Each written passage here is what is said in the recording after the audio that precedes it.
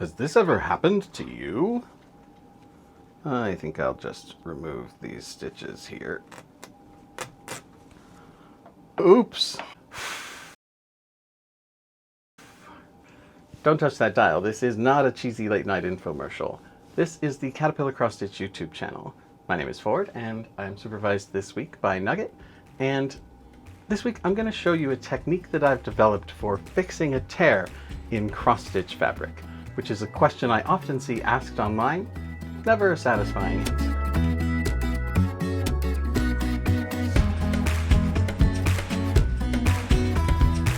I frequently see people posting online saying that they've accidentally cut their cross-stitching fabric and asking for advice on how to fix it. I see a lot of people making suggestions, but I've never seen anybody actually put them to the test. So one day last week, I decided to do just that. And I spent about 6 hours cutting a piece of cross-stitch fabric and then trying different methods of fixing it. I finally settled on one that I think does the best job of hiding that tear, whether it's going to be in an unstitched area or whether that's an area that you're going to stitch over later. So I'm just going to jump right in. If you promise to subscribe to the channel, if you don't already, like the video and leave me a comment when we're done. Those are my key success metrics, so if you like short intros, do those on the videos with the short intros and I'll know to keep doing them. So in this circumstance, the very first thing that I would do is hit the entire area of the tear with some fray check. This is a solvent-based permanent fabric glue made by Dritz, and it's designed to keep fabric from fraying. I'm going to put a nice generous daub of it on there, and I'm going to wait for that to fully dry. This can take a little while, so don't be impatient. You'll know it's dry when the fabric returns to its original color. So let's just do that in a time lapse right now. And I'm going to take these few seconds to remind you to sign up for the Caterpillar Cross Stitch email newsletter. In addition to notifications of all our upcoming projects, stitch alongs, that kind of stuff, you'll also get 10 free PDF cross stitch patterns as soon as you sign up, including a year-long temperature tracker pattern, so make sure you check that out.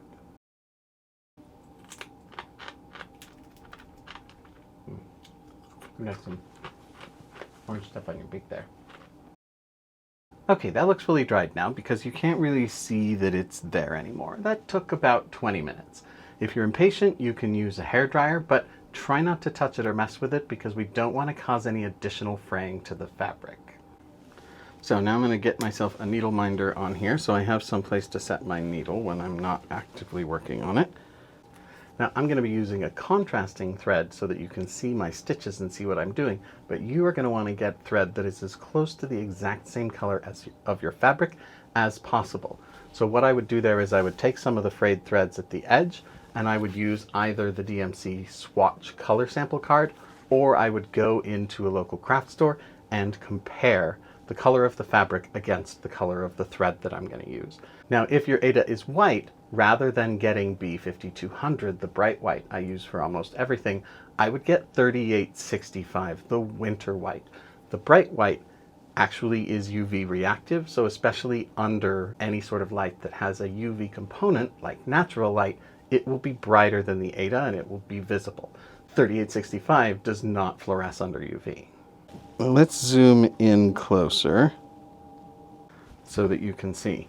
Now, any amount of messing around with this tear that we do before it's fixed is going to cause it to fray and be more visible. So I'm going to wait until after I'm done to pull out any stitches around it that I might need to. I'm going to start by tying a quilter's knot in my floss. So I'll just pin a tail of it against my finger, wrap the floss around my needle a couple of times, then just pinch that and pull my floss all the way through. That will give me a nice tight little knot close to the end of my floss so I don't have a lot of waste. And then I'm going to start down here 1 square of stitches beyond where my tear is. So my tear ends right here, so I'm going to start right here. And what I'm going to do is I'm going to bring my needle up between the weave of the fabric. Hopefully you can see where that's coming up. And I'm just going to bring my floss all the way to the front and not pull too tight on that because I don't want to pull my little knot through the fabric. But I also don't want to be putting too much tension on this. So then what I'm going to be doing is I'm going to be making just a back and forth stitch across the cut in the middle of each square of the Aida. and I'm going to make that stitch 2 stitches away from where the cut is.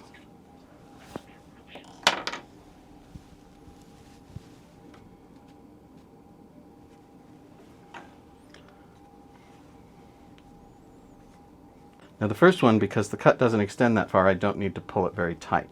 But on the subsequent stitches, I'm going to want to put a little bit of tension on them because I'm going to be using that thread tension to pull the cut closed.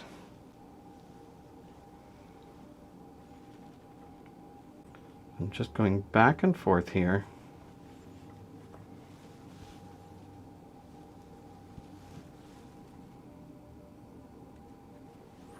In the middle of the square, so that my thread will eventually be able to hide and nestle down inside the threads of the Aida.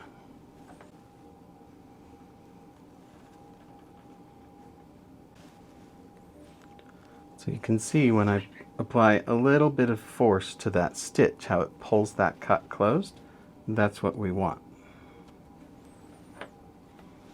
And we want to pull that after each stitch, because the stitch that we just made isn't really going to hold any tension from that, but the stitch before it should have enough friction to stay in place. So we can't rely on being able to pull the whole thing when we get to the end, so we want to pull a little bit of tension after each stitch.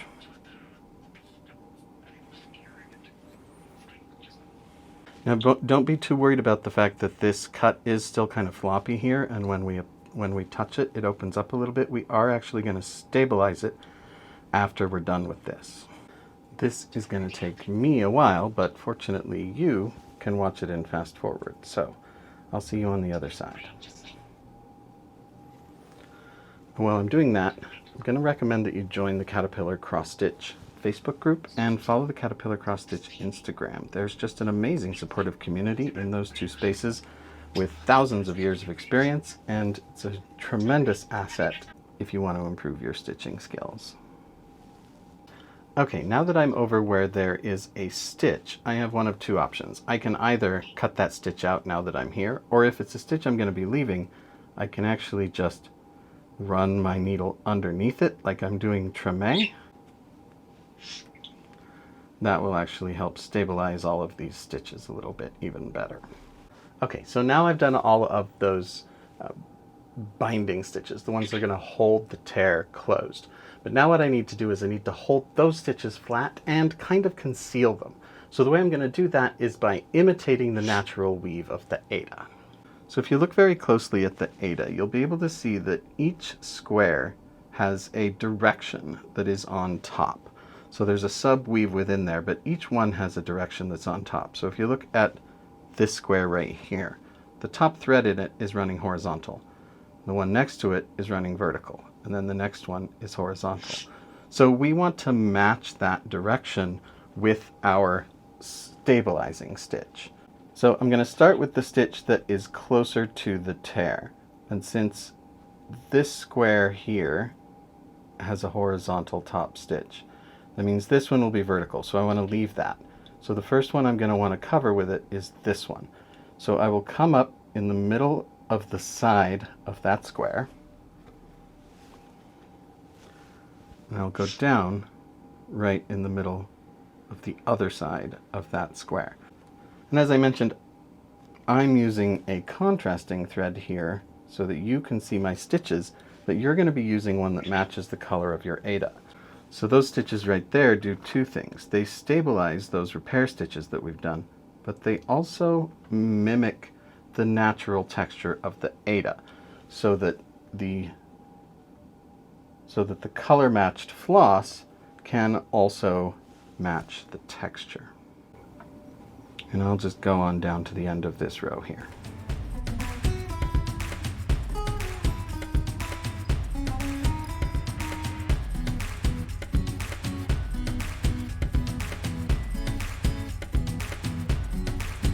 Okay, Nugget is left for their break, and I've reached the end of that row with my closest row of stabilizing stitches.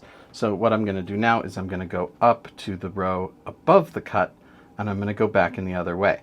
But because these are adjacent rows, their weave direction is going to be perpendicular or alternating. So if I made a stitch on the bottom row, I'll be not making a stitch on the row above it, and so forth. So I will just go down that row and make all of those stitches.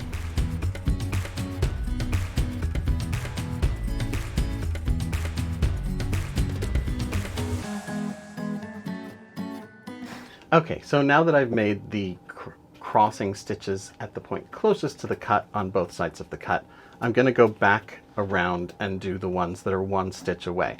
Again, this stabilizes my repair stitches and it hides the fact that the texture is different here. So I'll just run down those real quick. And tell you what, I'm just going to do it totally with my magic wand. Boop. Alright, so I've now done the second row of those stabilizing stitches all the way along there. I'm not sure if what we've done technically counts as darning. Maybe somebody a little more knowledgeable on the topic can let us know in the comments. But darning is what has kind of inspired my method for this finish.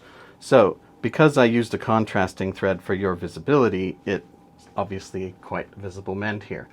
But because I've stabilized it enough and mimicked the weave of the fabric, you should be able to stitch right over the top of this if this is a stitched area that you need to work on. If this is an open area of the fabric, then this will hopefully hide it as well as you could get. So let me show you. This is one that I did before where I did not use a contrasting thread. This was all of my previous attempts here to figure out a method that worked. But this is a cut that I made and then I repaired it with the method that I just showed you. So it is still a little bit visible. There is a little bit of a scar there, but who among us doesn't have a few scars? This was the best that I could do with the techniques and tools that I have at hand. So do you have a better idea, something that you might do a little bit different? Share it with us in the comments. Other than that, I do want to thank you so much for watching. For Caterpillar Cross Stitch, my name is Ford. This is Nugget, and we'll see you next week.